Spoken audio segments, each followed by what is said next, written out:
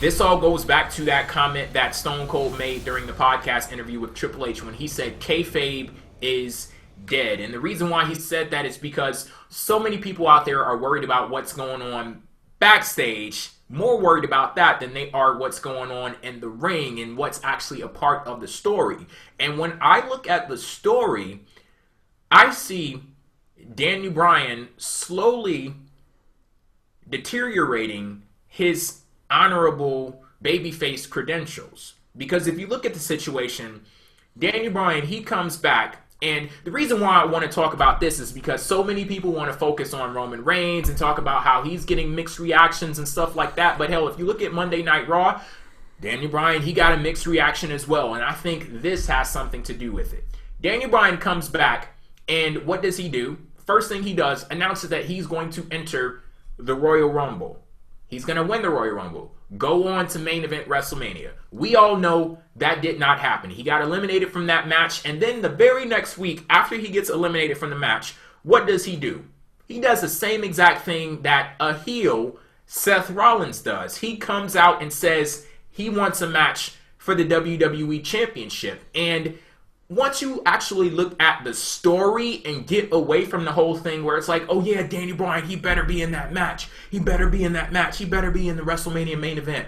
I see a Daniel Bryan who is an egotistical and entitled prick. Okay. And the whole thing about it is, like, people want to talk about controversy. Like, I know WWE worked it into the storyline, but what controversy was there in the storyline in the way that Daniel Bryan was Roman eliminated Reigns from the match? won clean, and that was the whole, you know. Oh, yeah, like what controversy surrounded Daniel Bryan's elimination from that match? People were pissed it happened too early. Shit, how many other people were eliminated from the match too early? Does that entitle them to get WrestleMania matches or at least get a shot? Curtis Axel didn't even get in the match. Yeah, where's Curtis Axel's shot? Why didn't you make it a triple threat with Seth Rollins, Daniel Bryan, and Curtis Axel? Shit, do you want to talk about people getting screwed over? He really got screwed over. Yeah.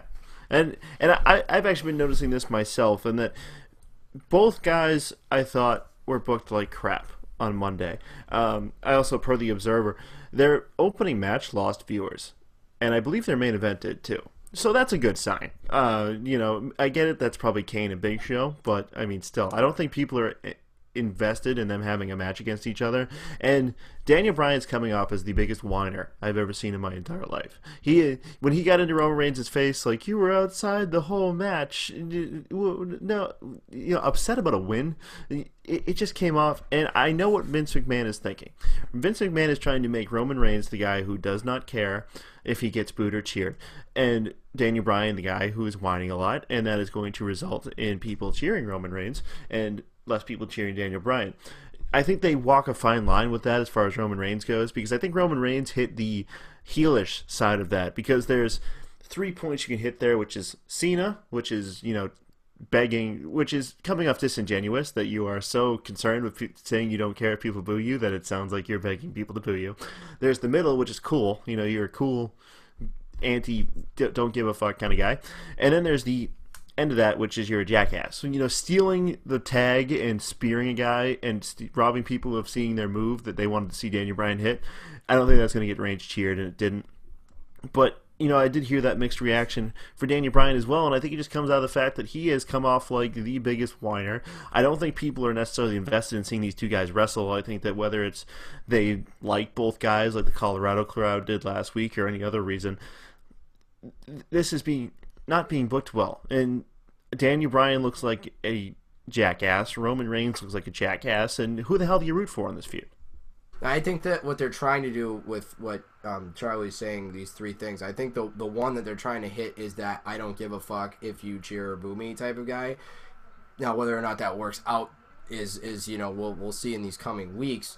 But I definitely think they did a good enough job of finishing the show. But everything else about this, you know, the opening segment and whatnot, it's like, man, I don't even know. Like, there's no way to get invested because I don't really find myself too crazy on either guy facing Lesnar at this point. Like, the way that they had Bryan kind of the only reason that Bryan is even out there is because of the fact that he got eliminated early and people didn't like it. It's not like one of those things where Bryan got screwed over, like somebody came out, yanked him out of the ring and took his spot. Then I can understand. That would have made sense for Daniel Bryan to be like, I am so fucking tired of being screwed. That doesn't make him come off as a whiner. That makes him come off as a guy with a legitimate man who's going out there and getting what's rightfully his. But I think in the way that it was structured, it's like Daniel Bryan came back, didn't say a goddamn thing about the WWE World Heavyweight Championship. And if he did, it was only to talk about how he was going to win the Royal Rumble,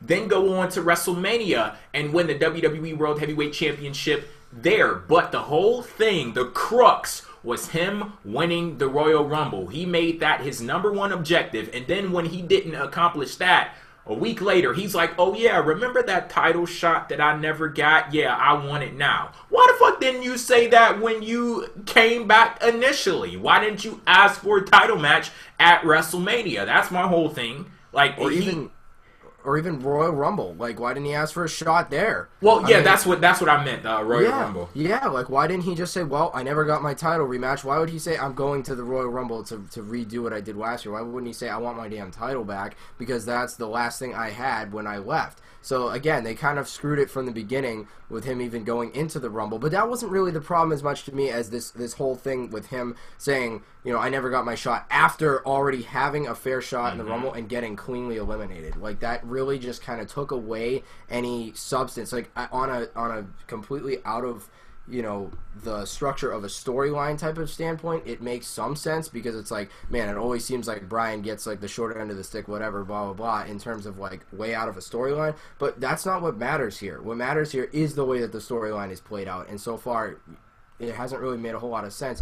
These guys having a match, it's like, like, I don't know, man. I just, it's like hard for me to get that emotional investment. We'll go back to that again. It's hard for me to get that emotional investment into these two guys because no matter who comes out with the win, it's going to be like, alrighty then. Like, but yeah. I mean, I'm definitely going to say I prefer Roman Reigns to end up going ahead and main eventing because they're the ones who made the decision to have Roman Reigns win the Rumble. You might as well stick to your decision. And at this point in time, I mean, again, hey, if it doesn't turn out well, that's only on them. They can take a potentially bad Royal Rumble win. I'm not saying it is, but I'm saying if, for a lot of people think so. Again, we were all pretty negative on the Rumble because of the way it went and whatever. But, a potentially bad thing can certainly turn into a good thing if WWE does it right. Storytelling can totally turn things around in a real freaking hurry.